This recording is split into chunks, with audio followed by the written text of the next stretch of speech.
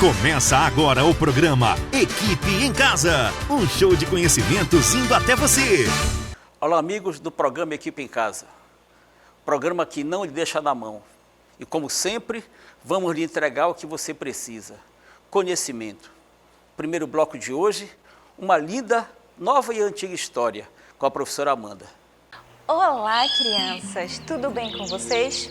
Hoje eu estou aqui para contar uma linda história, a história da Branca de Neve e os 7 anões. Era uma vez, em um reino muito lindo e encantado, moravam uma rainha e um rei. Certo dia, a rainha, ao olhar para a janela, viu a neve cair lentamente, aquela neve branquinha, e então logo pensou: nossa, eu queria tanto ter uma menininha que fosse com a pele branquinha feito a neve, com os cabelos escuros e com os lábios rosados. E então, com o passar do tempo, esse sonho se realizou.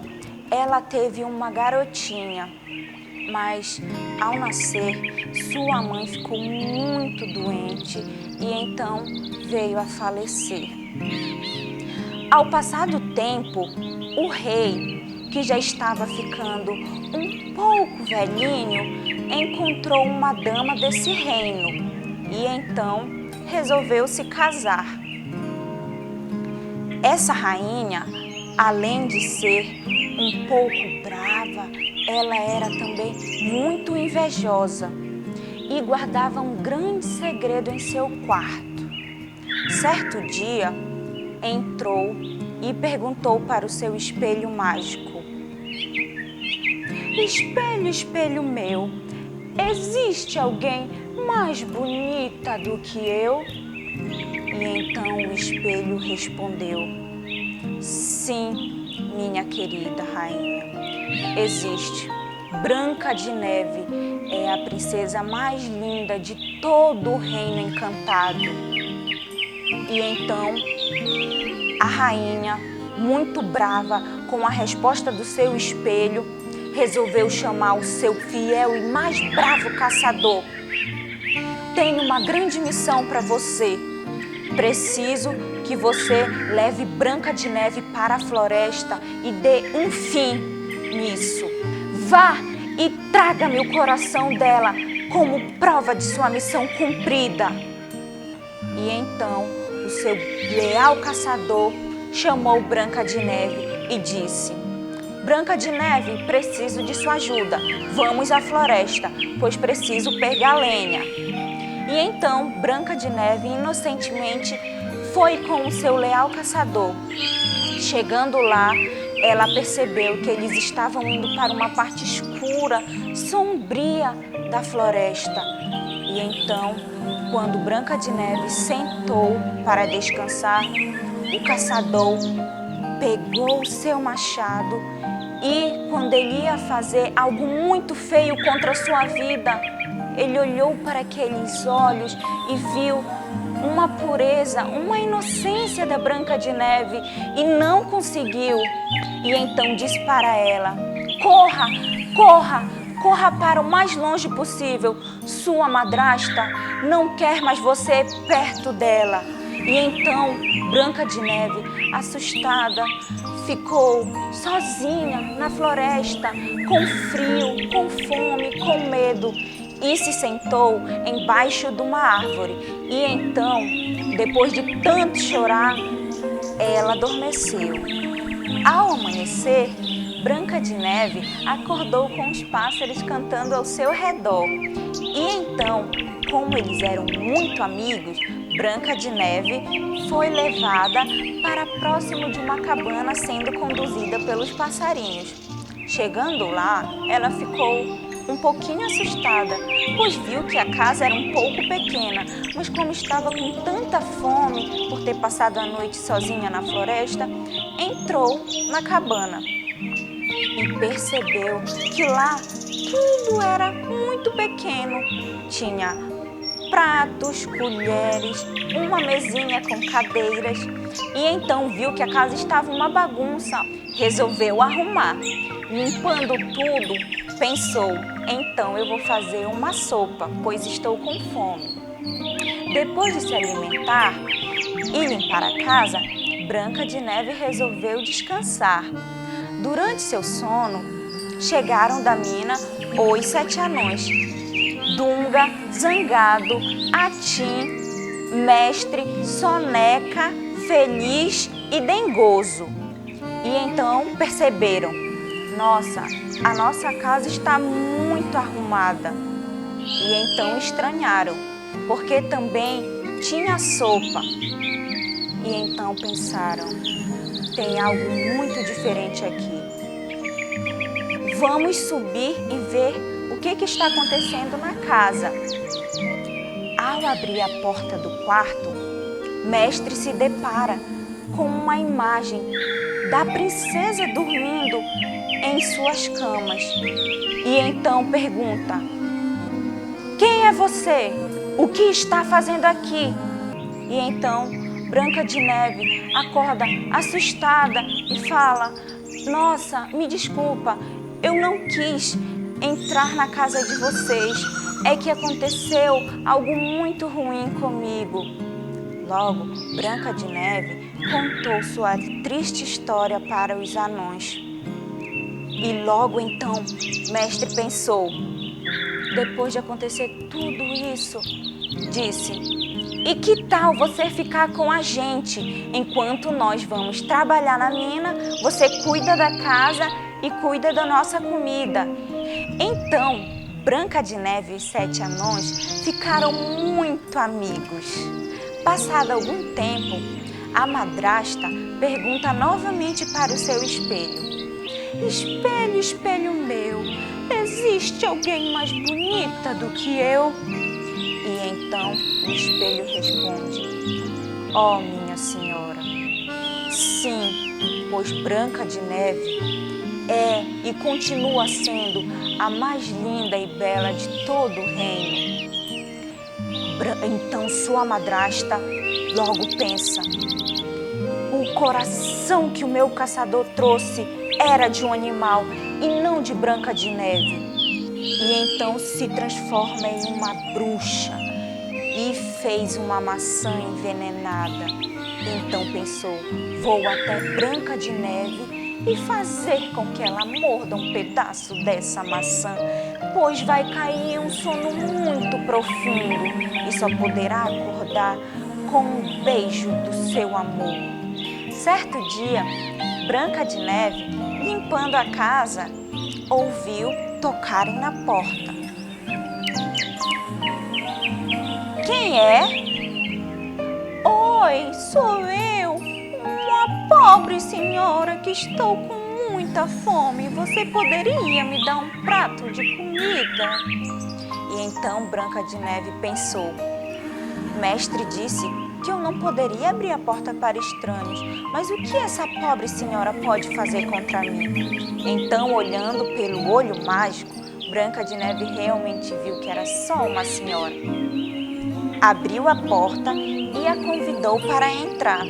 Sente-se, entrego aqui este prato de sopa. E então a senhora tomou toda a sopa e logo após disse: eu não tenho nada para lhe oferecer, mas trouxe aqui a mais bela maçã que você verá. Realmente era uma maçã bem vermelha, bonita. Mas Branca de Neve não sabia que aquela maçã poderia estar envenenada. E então pegou e mordeu. E logo após isso, caiu em um sono muito profundo. Chegando da mina, os anões se depararam com a Branca de Neve ao chão e pensaram que ela havia morrido. Logo depois, colocaram ela sobre um caixão de vidro no alto de uma colina para que todos os animais que eram amigos dela pudessem ver. Um príncipe passando pelo alto da colina avistou a cúpula de Branca de Neve e percebeu que os seus cabelos continuavam sedosos, lábios rosados e pele altamente linda, logo se apaixonou por ela e então resolveu tirar a tampa, olhou para a Branca de Neve e se apaixonou e pensou: preciso dar um beijo nessa princesa. E então resolveu dar o seu ato de amor verdadeiro.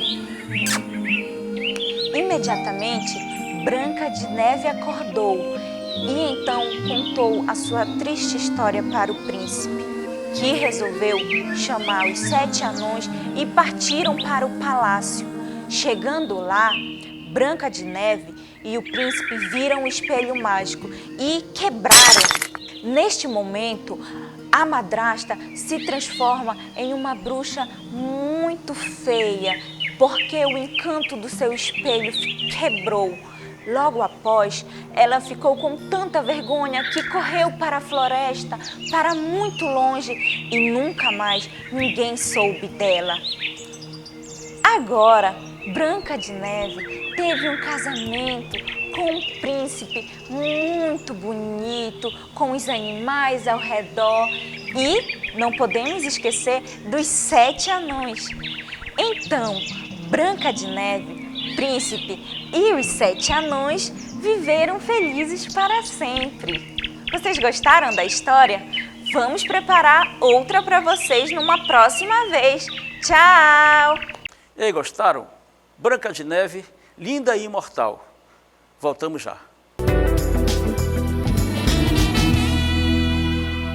Pesquisas comprovam: escolas pouco arejadas favorecem a propagação do coronavírus. Aqui no Colégio Equipe, seu filho não corre esse risco. Temos ambientes amplos, confortáveis e arejados.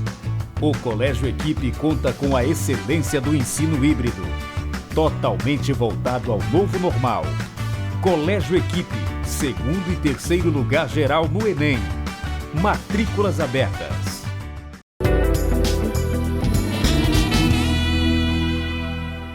Nesse segundo bloco, matemática com o professor Jairo.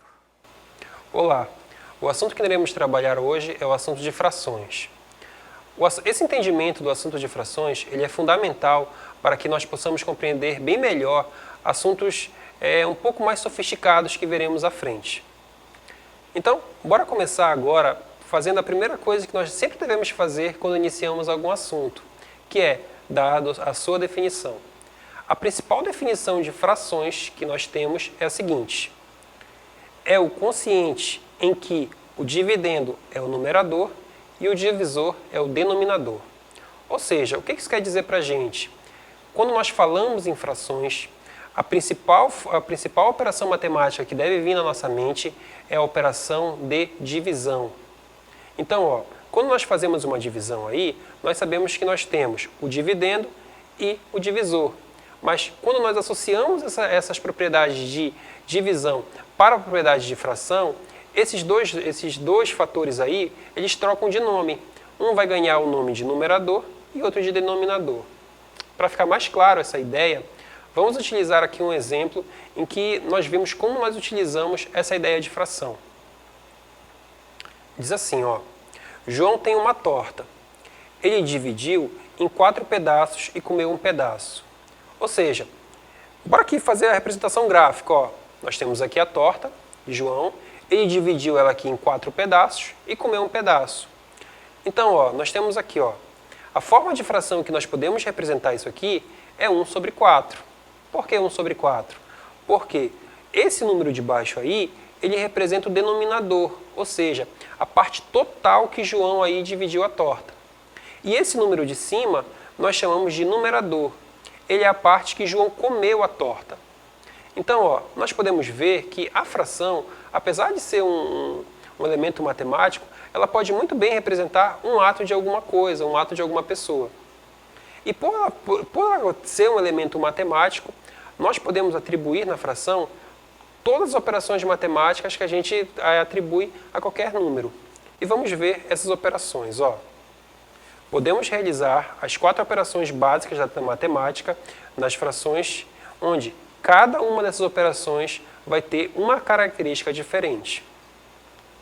Para dar início, vamos ter aí a soma e a subtração. Existem dois pontos chaves para se realizar a operação de soma ou de subtração, que é se o denominador for o mesmo ou então se o denominador for diferente. Bora analisar bem essa parte aí, se o numerador for o mesmo ou diferente. Bora para o primeiro caso, se o numerador for o mesmo. Nós teremos aqui então o seguinte, ó, como nós devemos proceder se o denominador for o mesmo. Nós faremos o seguinte, ó, quando duas frações possuem denominadores em comuns, preservamos eles e fazemos a soma ou a subtração dos seus numeradores. Para ficar mais claro isso aqui, vamos utilizar um exemplo. Ó. Nós temos aqui, ó, faça a soma de 2/3 com 5/3 e subtraia 3/7 com 2/7. Como nós podemos ver aqui, essa soma aqui e essa subtração possui os denominadores iguais. Então, bora ver como é que a gente procede aqui. Ó. A gente escreve 2/3 mais 5/3 e nós fazemos o seguinte, ó, preservamos a parte de baixo, que é o 3, e somamos a parte de cima, 2 mais 5 igual a 7. Ou seja, 2/3 mais 5/3 é igual a 7/3. Já a subtração, como nós fazemos? Ó, é o mesmo procedimento. Ó. Se a parte de baixo for igual, ou seja, se o denominador for igual, então nós preservamos esse denominador e simplesmente somamos ou subtraímos. Nesse segundo caso aqui, é uma subtração, então vamos subtraí-lo. Subtração. Preservamos o 7 e fazemos 3 menos 2, que é igual a 1. Ou seja, 3/7 menos 2/7 é igual a 1/7. Agora vamos analisar um outro ponto. Bora analisar se esses denominadores forem diferentes. Se os denominadores forem diferentes, nós fazemos da seguinte forma. Ó. Quando duas frações possuem denominadores diferentes, precisamos encontrar um denominador em comum. Fazemos assim o MMC. Dividimos com denominadores e multiplicamos com os numeradores. É muito interessante aqui que a gente pegue aquele conhecimento que nós vimos na aula passada de MMC.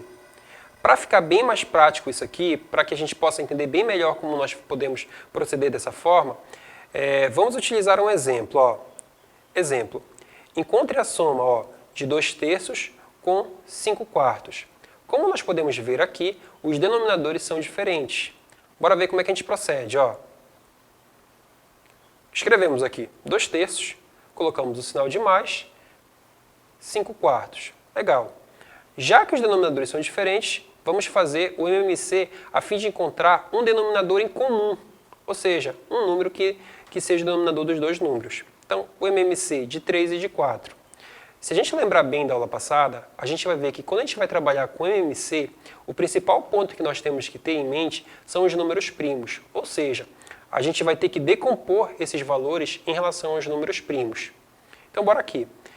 A gente reescreve os valores, passa aquele traço lá que a gente viu na aula passada, e a gente faz, ó, os números primos são os números que só podem ser divididos ou por ele mesmo ou pelo número 1.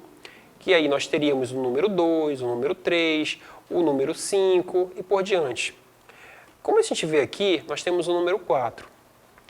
O número 4 ele é um número par, ele só pode ser dividido por 2. Então nós escrevemos aqui o 2. 3 não pode ser dividido por 2, então a gente vai descer o 3 e vai dividir. 4 dividido para 2 dá o próprio número 2. Como novamente nós temos um número par, nós novamente vamos dividir por 2. Ó. Então nós escrevemos o número 2. Como novamente o 3 não pode ser dividido por 2, descemos o 3 e 2 dividido para 2 dá o número 1. Como a gente viu na aula passada, quando nós chegamos no número 1 em alguma coluna, nós paramos a fatoração. E nós fazemos a fatoração até que todos os números cheguem em 1. Agora a gente vai fatorar o 3. O 3 é um número primo e só pode ser divisível por 3. Então, 3 dividido por 3 dá 1.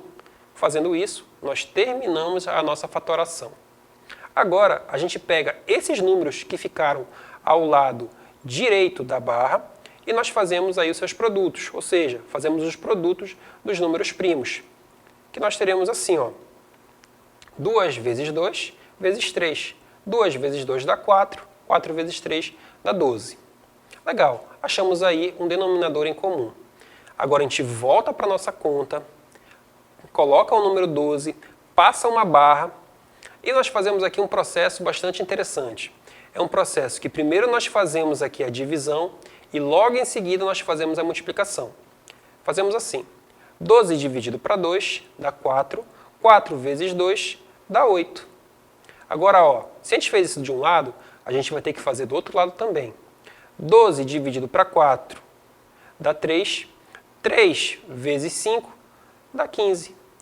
Como nós podemos ver aqui, tanto 8 quanto 15 possuem um denominador em comum, ou seja, nós simplesmente fazemos a sua soma. Então, 8 mais 15 dá 23.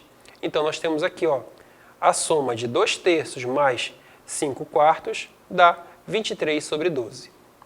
Esse aí é o melhor método de fazer a soma ou a subtração de números quando possui denominadores diferentes. Depois disso, vamos ver agora como é que a gente trabalha quando nós temos uma multiplicação de valores. Diz assim, ó, na multiplicação, nós devemos fazer o produto dos numeradores com numeradores e denominadores com denominadores. Ou seja, aqui na multiplicação é um modo sim, mais direto de fazer essa conta. Em modos gerais, nós podemos dizer o seguinte, os números de cima vão se multiplicar com o número de cima e os números de baixo vão se multiplicar com os números de baixo. Novamente, ó, vamos fazer um exemplo aqui para que fique bem claro para a gente como nós devemos proceder. Ó, o exemplo diz o seguinte, ó, faça a multiplicação de 7/3 com 1/4. O interessante aqui é que não importa qual que seja o denominador ou qual que seja o numerador. A conta sempre vai ser dessa forma e sempre vai dar certo. Então nós fazemos aqui, ó, reescrevemos os números e fazemos essa multiplicação direta. Ó. 7 vezes 1 dá 7, 3 vezes 4 dá 12. Então nós temos aqui, ó, 7 dozeavos. Então, ó, essa parte de multiplicação, eu considero ela bastante direta por isso, não precisa nenhum outro passo matemático para ser resolvido. O outro passo que nós devemos seguir é o passo da divisão. Ó. Como nós devemos fazer?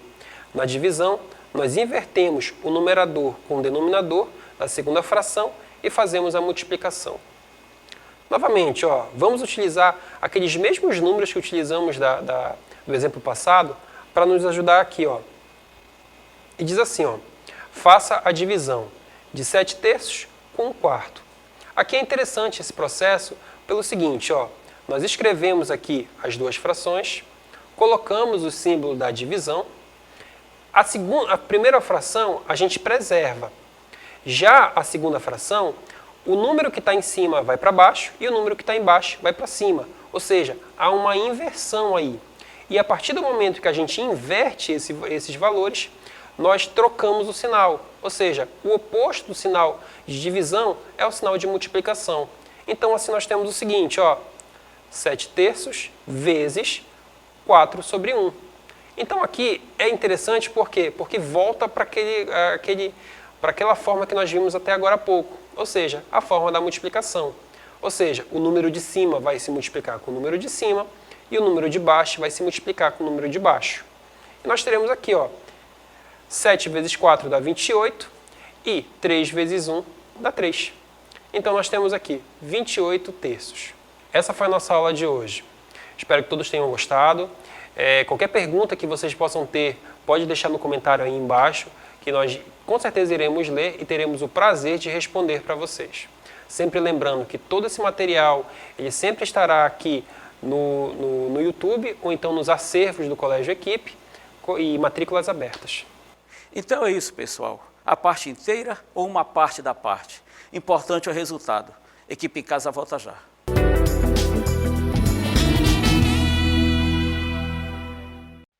No novo normal, uma boa escola deve oferecer biossegurança, espaço amplo e arejado para preservar a saúde de seus alunos. Tudo isso você encontra no novo Colégio Equipe no Trem. Uma nova escola com a excelência do ensino online e plataforma digital que está revolucionando o aprendizado no Brasil. O sistema SAE Digital. Em 2021, seu filho merece uma nova escola com segurança e conforto. Novo Colégio Equipe Trem. Matrículas abertas.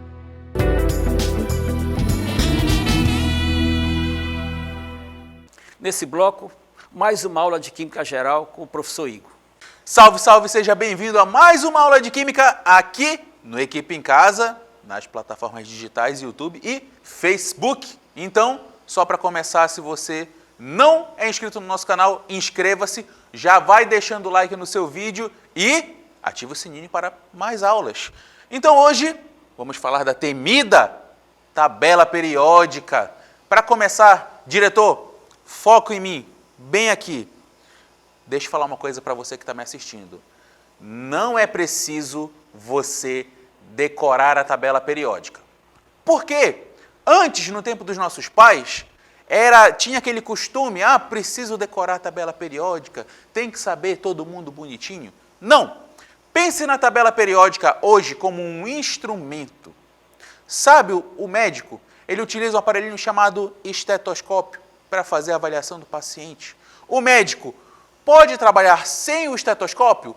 Pode, ele consegue fazer um diagnóstico a partir da conversa com o paciente e dos sintomas, só que aí ele terá mais dificuldade. Se ele tiver o estetoscópio para auxiliá-lo, então ele consegue fazer esse diagnóstico com mais facilidade. Então é isso, a tabela periódica. Se você tiver o conhecimento dela, você consegue buscar as informações com mais rapidez do que sem a tabela periódica. Então, vamos conhecer ela. Olha essa forma linda, voluptuosa. A tabela periódica foi feita para organizar os elementos químicos. Ela visa a organização desses elementos. Detalhe, os elementos da tabela periódica, eles estão dispostos em ordem crescente de número atômico, ou seja, quantidade de prótons. Igor, a tabela periódica nasceu assim? Não. Aí, inclusive, fica o dever de casa para você. A história da tabela periódica é rica, começa lá com Aristóteles, os 4 elementos, vai evoluindo, passa pelo modelo das tríades, chega na descoberta do Mendeleev e vai evoluindo até chegar na tabela como nós conhecemos. Fica até a sugestão para você pesquisar. Mas então, vamos falar do hoje, do nosso atual, do nosso presente. Então, tabela organiza os elementos, certo? E, detalhe, ela agrupa esses elementos de qualquer jeito? Não. Ela leva em consideração as propriedades físico-químicas dos elementos e suas características, que nós vamos abordar nessa aula. Detalhe, ela possui 7 linhas e 18 colunas, tá bom? Mas eu estou vendo aqui, olha, 1, 2, 3, 4, 5, 6, 7, 8, 9. Esse bloquinho aqui é isolado, a gente vai conversar sobre ele ainda hoje. Mas olha, 7 linhas, tá certo? E 18 colunas. Essa é a nossa tabela periódica, tá bom? E hoje nós temos 118 elementos químicos nessa tabela, tá bom? Então, vamos por partes. Vamos primeiro conhecer o que tem em cada linha e em cada coluna dessa tabela periódica. Primeiro, os períodos e as famílias. Então, aqui, tabela cheia, diretor coloca na tela. Olha só, as linhas também são conhecidas como períodos, certo?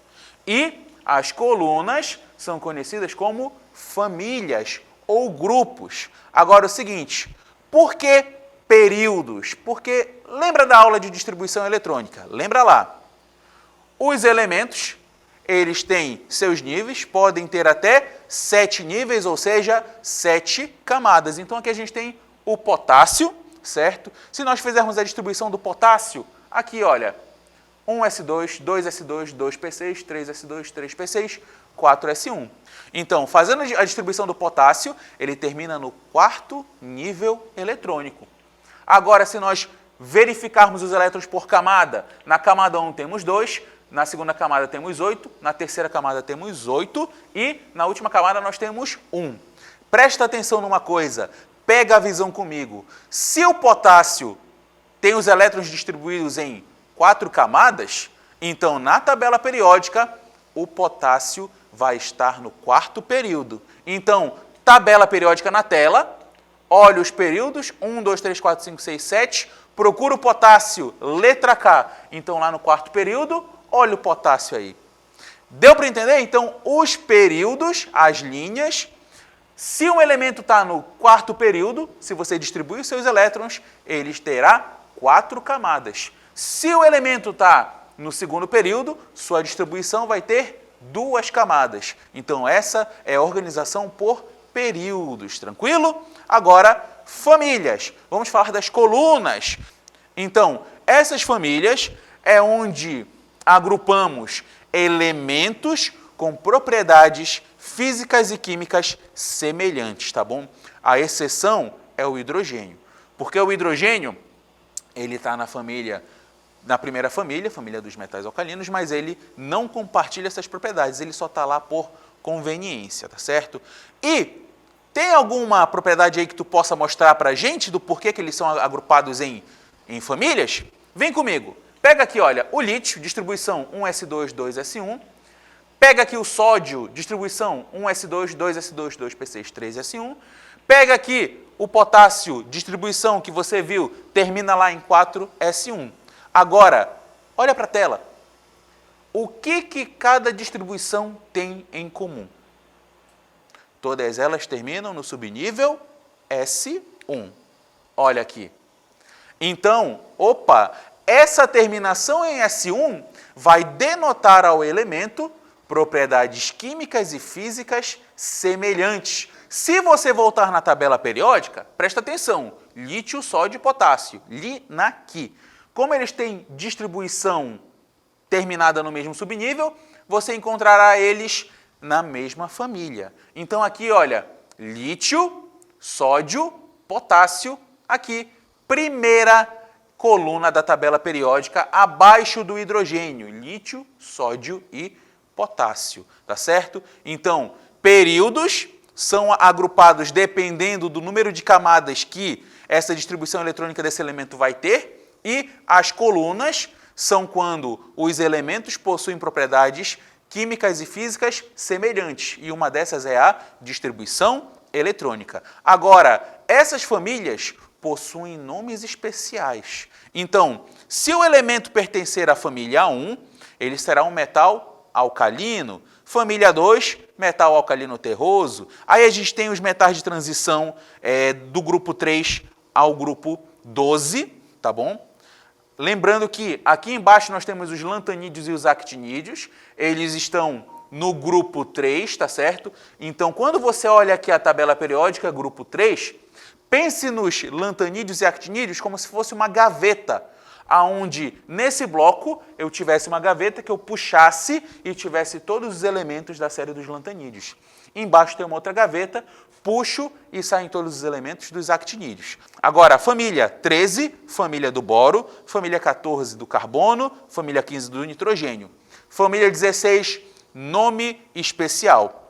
Família dos calcogênios, a família que tem oxigênio, que tem enxofre. Família 17, família dos halogênios, família do flúor, família do cloro, família do bromo, família do iodo e família 18, da extremidade direita da tabela periódica, os gases nobres, tá bom?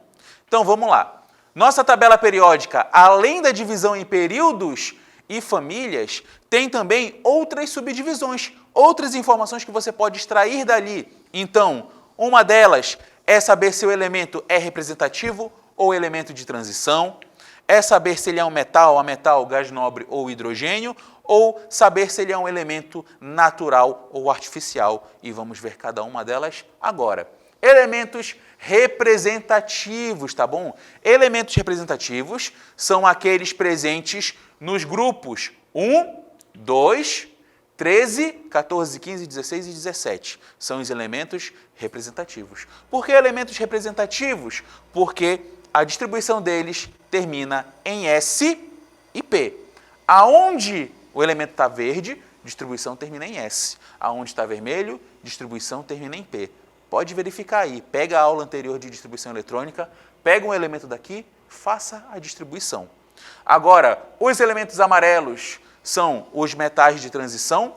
Esses uns aqui do meião da tabela, metais de transição externa. E agora, os que estão dentro da gavetinha, certo? Os lantanídeos e os actinídeos são os metais de transição interna. Então, os metais de transição externa terminam sua distribuição no subnível D. E os metais de transição interna terminam sua distribuição em F, como mostra aí a nossa tabelinha. informação importante para você. Quando nós chegarmos nas aulas futuras, foco em mim, diretor, aulas futuras, ligações químicas, a gente vai trabalhar muito com os elementos representativos, ou seja, aqueles que terminam distribuição em S e em P, tá bom? Outra divisão da tabela periódica que nós temos, os metais, ametais, gases nobres e hidrogênio. Como é que eu sei onde estão os ametais? Eles estão no lado direito da tabela periódica, mas não na extrema direita. Como é que eu sei onde eles começam? Simples. Olha para a tabela periódica, elemento químico número 85, AT, certo? Então, faz a escadinha até assim Brasil. Esses elementos aqui, até assim Brasil, é onde começam os ametais. Só que eles não vão no grupo 18. Grupo 18 são os gases nobres, tá bom? E o resto da tabela, Igão, esse resto é tudo metal. Tirando o hidrogênio, porque ele é especial, o hidrogênio que está lá no começo da família 1, tá certo? Igor, características dos elementos. Simples. Os metais, eles são bons condutores, certo? Uma prova disso é, já tentou colocar café num copo de alumínio? O que acontece? O copo fica quente, esquenta, machuca, dói. Tomada, fio de cobre, fio descascado de cobre. Tu pega num fio descascado de cobre ligado, dá choque, machuca. Por quê? São bons condutores térmicos, conduzem bem calor e são bons condutores elétricos. Metais possuem brilho característico. Quem não gosta de receber uma joia folheada a ouro ou uma joia de ouro? Eu gostaria de receber, não usaria, venderia, mas gostaria de receber. Agora o seguinte, ductibilidade e maleabilidade, outra propriedade dos metais. Como assim, Igor? Ductibilidade e maleabilidade? Ductibilidade, capacidade de formar fios. Olha os fios de cobre aí. Maleabilidade, capacidade de formar lâminas, tá certo? E os metais possuem alta temperatura de fusão e temperatura de ebulição. É só tu ver aqueles programas que os caras têm ferreiro fazendo espada de metal. Lá tem que ser um forno bem quente para poder fundir esse metal. Agora, os ametais têm aparência opaca, não tem aquele brilho. Eles são maus condutores, exceto a grafite, tá bom? A grafite e o grafeno são isótopos do carbono e são excelentes condutores, mas aí é uma historinha para uma outra aula. Então, tirando eles, a maioria é mau condutor, tá bom? Os ametais apresentam-se nos 3 estados físicos, tanto sólido, como exemplo a grafite, líquido, como por exemplo o bromo, esse laranjinha aí, e gasoso, como por exemplo o gás cloro, apresentam-se nos 3 estados. E suas temperaturas de fusão e ebulição são variáveis, tá bom? E os gases nobres, os mais simples, as características mais simples, eles são inertes, devido à sua configuração eletrônica que nós comentaremos na aula de ligações químicas. E eles possuem baixa reatividade.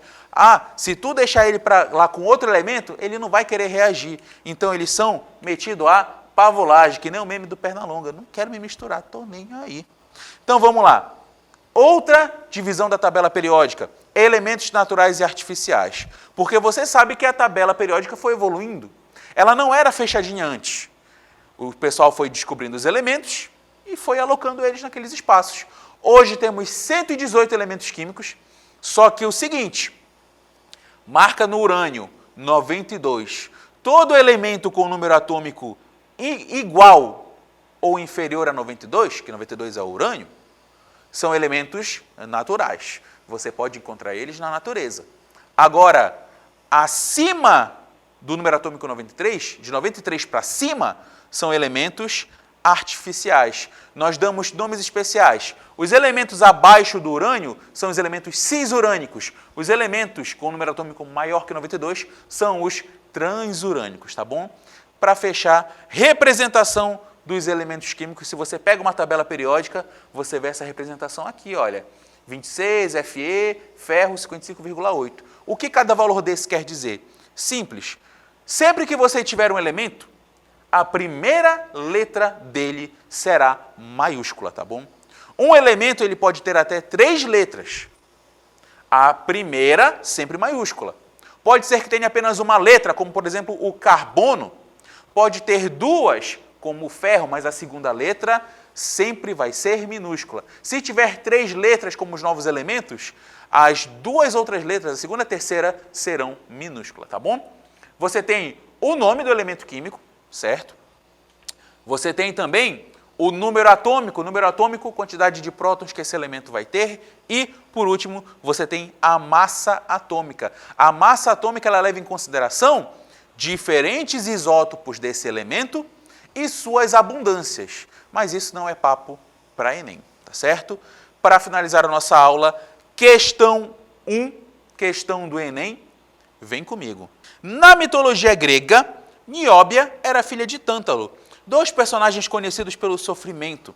O elemento químico de número atômico igual a 41 tem propriedades químicas e físicas tão parecidas com as do elemento de número atômico 73, que chegaram a ser confundidos. Por isso, em homenagem a esses 2 personagens da mitologia grega, foi conferido a esses elementos os nomes de Nióbio e Tântalo. Esses 2 elementos químicos adquiriram grande importância econômica na metalurgia, na produção de supercondutores e em outras aplicações na indústria de ponta, exatamente pelas propriedades químicas e físicas comuns aos 2.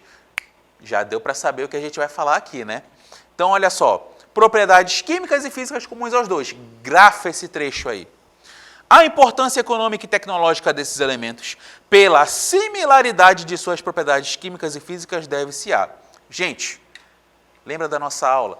Os elementos estão organizados em períodos, certo? Ou seja, o número de camadas que a distribuição dele eletrônica vai ter, e as famílias. Nas famílias, nós temos elementos agrupados pelas suas propriedades físico-químicas semelhantes. Então, bora procurar uma alternativa que condiz a isso. Terem elétrons no subnível F é Enem. Tu vai fazer distribuição eletrônica para 2 elementos do Enem? É perda de tempo. Olha as outras alternativas primeiro. Serem elementos de transição interna, mais uma vez, você teria que distribuir. Se a distribuição terminasse em F, aí sim seria elemento de transição interna. Não é o caso. Pertencerem ao mesmo grupo da tabela periódica. Não precisamos ir mais longe. Essa é a alternativa. Presta atenção. Se ele colocar 2 elementos, propriedades físico-químicas parecidas, não pense 2 vezes. Eles pertencem ao mesmo grupo, à mesma família na tabela periódica, tá bom? Então, a resposta, letra C. E essa foi a nossa aula de Química. Eu espero que vocês tenham gostado.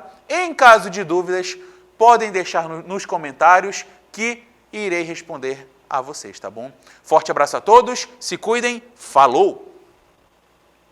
Então, dentre tantas tabelas no mundo, temos que entender a periódica. Equipe em Casa volta já.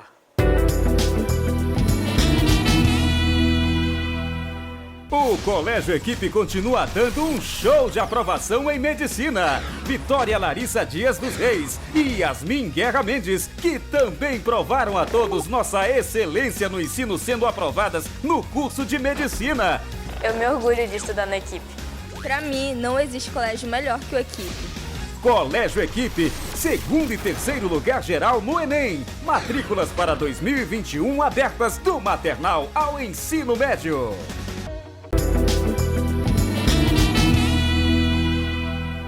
E nesse bloco, História do Brasil, com o professor Carlos Alberto. Alô você que se prepara para o Enem 2021.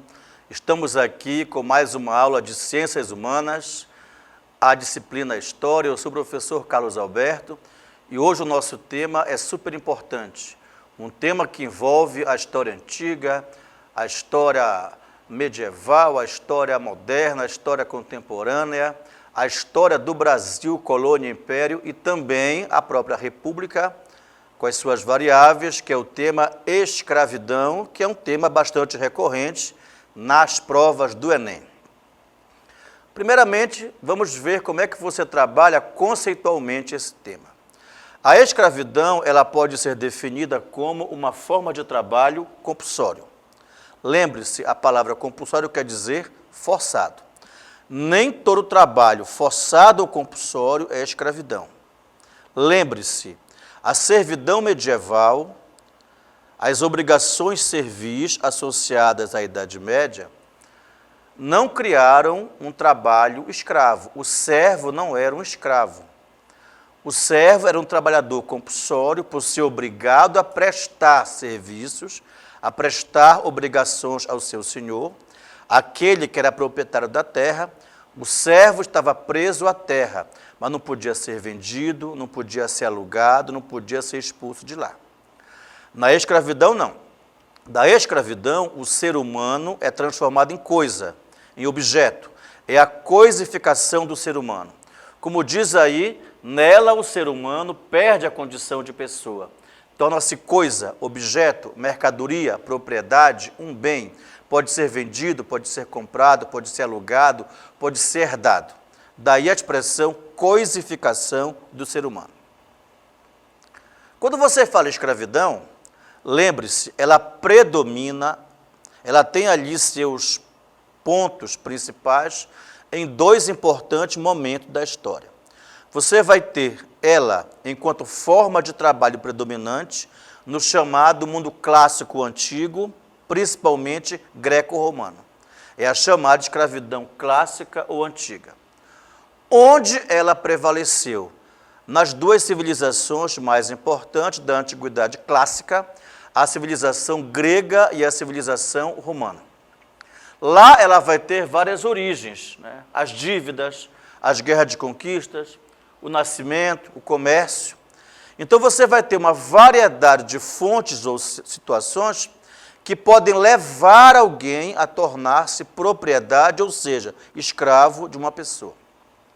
Uma outra coisa interessante, nesse mundo greco-romano, onde houve também a escravidão, ela não teve um caráter racista como essa que houve aqui no continente americano.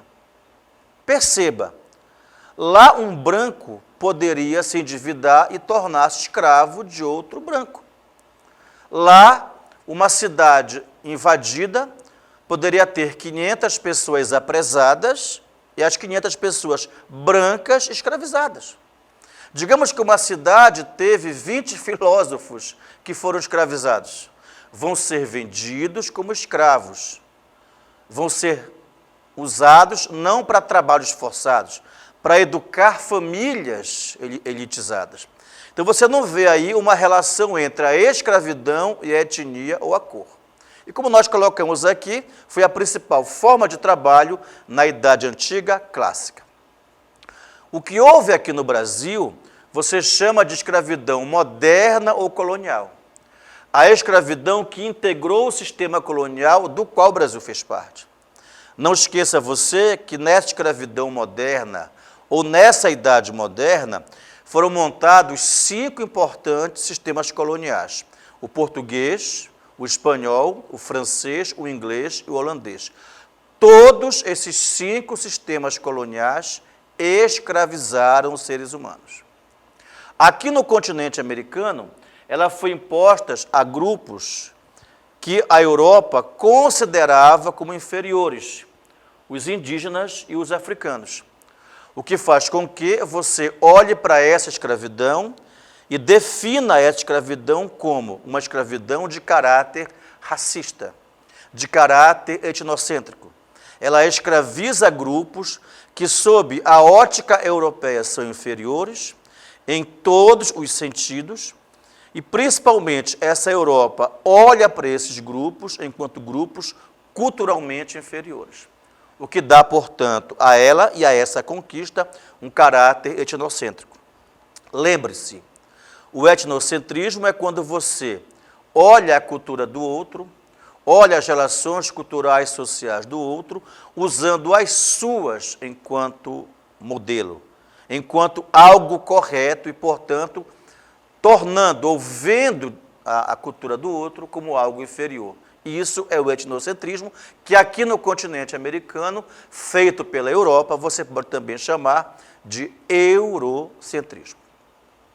No Brasil, a escravidão existiu legalmente do século XVI até 1888, quando foi abolida pela famosa Lei Áurea.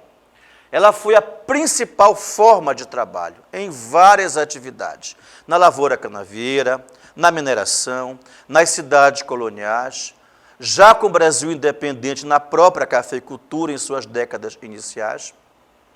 Inicialmente, ela é imposta aos índios. Há no Brasil, lembre-se, há no Brasil primeiro uma escravidão indígena. Posteriormente, passa a predominar a escravidão africana, que na verdade é um fenômeno que o professor Ciro Flammarion Cardoso chama de africanização da escravidão. Agora, observe, essa africanização da escravidão não aconteceu em todo o continente americano. Ela aconteceu em 3 grandes áreas do continente americano, como está colocado aí, no Brasil, na região do Caribe e no sul dos Estados Unidos. Ela aconteceu em todo o continente, o uso de escravos africanos, mas a predominância de escravos africanos ou de trabalho africano sobre outras formas de trabalho apenas nessas 3 regiões que foram citadas aí. Lembre-se, esse fenômeno chama-se africanização da escravidão. Aí vem a seguinte pergunta, crianças: por que a escravidão africana predominou sobre a escravidão indígena? Nós elencamos aqui 4 grandes fatores. A resistência do índio, as fugas, né? A luta pela liberdade, o reagrupamento dele em outras áreas do continente americano, a oposição da igreja à escravização de índios, alegando que deveriam ser cristianizados, ou seja, trazidos à fé, portanto, pela catequese, não pela escravidão, e também fazendo vista grossa ou não questionando a própria escravização do africano. Isso é um tema para outra aula. As doenças que dizimaram milhões de índios. Há registros em que doenças conseguem ser mais letais do que a própria escravidão.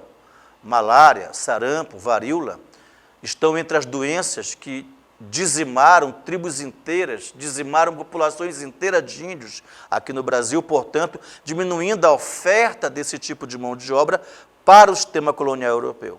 Mas, com certeza, a razão mais importante é que era a maior rentabilidade da escravidão africana, exatamente em função do famoso tráfico negreiro. E o que era o tráfico negreiro? Ele pode aqui ser apresentado enquanto de várias formas. Claro que ele foi a principal fonte fornecedora de africanos, de mão de obra escrava, para as atividades que utilizavam esse trabalho. Você pode aqui defini-lo como o tráfico humano. Você pode aqui defini-lo como o comércio de escravos. Mas você pode também, olha só, entender que é uma grande migração forçada. São milhões de homens e mulheres, trabalhadores e trabalhadoras, que são à força arrancados de suas vidas, suas culturas, suas sociabilidades e transformados em escravos. Por isso que também podemos usar a expressão movimento migratório compulsório. Não vem só a mão de obra, vem a língua, vem a religião, vem a culinária, vem a dança, várias práticas culturais que migram para cá, para o continente americano. Você pode usar também uma expressão que é um pouquinho novinha para vocês, é um processo de desterritorialização, arrancado de seu território. Não é? Uma diáspora africana, a palavra diáspora quer dizer dispersão. Não havia só uma África. Através dele, diversas etnias africanas chegam ao Brasil, chegam ao continente americano. Nagôs, iorubás, minas, malês, angolanos, entre tantas outras etnias, línguas diferentes, religiosidades diferentes, que migram para cá, nessa migração forçada que para cá são traficados. Era uma atividade altamente rentável. Gerava imposto para o Estado e gerava lucro para a burguesia. E existiu legalmente, no caso aqui do Brasil, do século XVI até sua extinção legal com a Lei Eusébio de Queiroz, em 1850. Aí você pergunta, existiu legalmente tráfico negreiro. Busque a origem latina da palavra tráfico. Traficare, deslocar, transportar. Não há uma relação de ilegalidade entre a palavra tráfico e essa atividade. O fato é que a palavra tráfico, ela chega ao nosso tempo com o sentido do ilegal, do ilícito, quando você olha o combate a ele que já havia nesse período, quando você vê a crítica feita a ele por liberais, por iluministas, e principalmente a luta contra o tráfico pelo imperialismo lá no século XIX. E mesmo depois que o tráfico é abolido, ele continua praticado ilegalmente, que colaborou para que a palavra chegasse ao século XX, portanto também ao nosso tempo, com o sentido de ilegalidade. Mas ele foi uma atividade reconhecida, tributada pelos estados português, francês, holandês, espanhol, inglês, durante muito tempo. E aqui as imagens que você precisa lembrar associadas à escravidão. O exemplo aqui da família senhorial, dos escravos abanando ali, dos escravos observando, das criancinhas no chão aí jogadas, colocadas, pegando migalhas, né? Veja aí a questão racial, a questão patriarcal, a questão elitizada pode ser analisada aí nessa obra. O nome disso aqui, gente, é o pelourinho. O tronco em madeira que era usado para açoitar escravos. Aliás, quando você pesquisa a palavra pelourinho, não está associada a isso. Eram monumentos, tipo um poste de alvenaria, madeira, colocado em cada vila portuguesa e em cada vila fundada aqui na colônia. Havia aqui em Macapá um pelourinho, na frente da igreja de São José. Havia em Mazagão um pelourinho. Os escravos urbanos eram açoitados nos pelourinhos. Eles passam a ser comparados aos troncos da senzala, aos troncos da fazenda para açoitar os escravos. Tá certo? Aí, quando aboliram a escravidão, foi quase que uma reação natural. As pessoas saíram derrubando por aí os pelourinhos das cidades brasileiras. Aqui você tem uma cena icônica e muito famosa, que é o porão de um navio negreiro. O calor, né?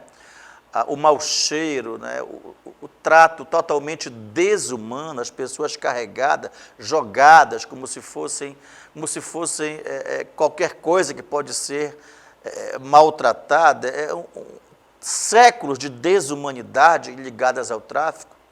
Aqui você tem um mapa que você pode aproveitar para você verificar a rota do tráfico, né? As rotas para o continente americano. Principalmente aqui a região do Brasil, a região do Caribe e a região do sul dos Estados Unidos, né, onde predominou essa africanização da escravidão. Aqui nós temos uma figura interessante, uma imagem interessante do Rio de Janeiro, da área central, uma região que durante muito tempo foi chamada Pequena África, onde havia a concentração de escravos, de famílias afrodescendentes, mas principalmente essa região bem aqui, aonde chegava a água, onde era o chamado Cais do Valongo, onde os escravos chegavam aqui pelo tráfico negreiro. Essa cidade, Rio de Janeiro, tornou-se a cidade que mais recebeu africanos em todo o período em que durou o tráfico.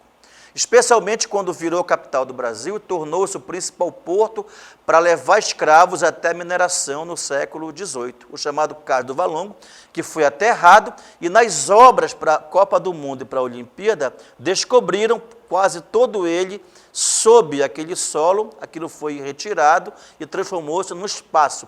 Na verdade, é um sítio arqueológico, é um local de visitação, é um local de estudo, um local de memória sensível, para você olhar para ali e você verificar que ali chegaram milhões de seres humanos na condição de escravos. Olha aqui ferramentas que eram usadas para o açoite de escravos, para o castigo, para imobilizá-los, para humilhá-los. Gente, 300 e tantos anos de escravidão são 300 e tantos anos de tortura que seres humanos sofreram. E para finalizar, um poeminha aí anônimo que lembra muito bem a lucratividade aí da escravidão. O escravo enquanto peça, 600 peças barganhei, que pechincha no Senegal, na África. A carne é rija, músculos de aço, boa liga do melhor metal, é o ser humano mercadoria. Em troca desse seu aguardente, contas latão, peso morto. Eu ganho 800% se a metade chegar ao porto. Se você enfiar 600 escravos, morrer 300, a metade lhe dá 8 vezes mais em lucro do que você gastou. É isso aí. Vamos continuando com as nossas aulas. Até o próximo sábado. E avante! Escravidão, página triste da história do Brasil. É isso aí, pessoal. Mais um programa para você que busca conhecimento. Até breve. Termina aqui. Equipe em Casa. Um show de conhecimentos indo até você.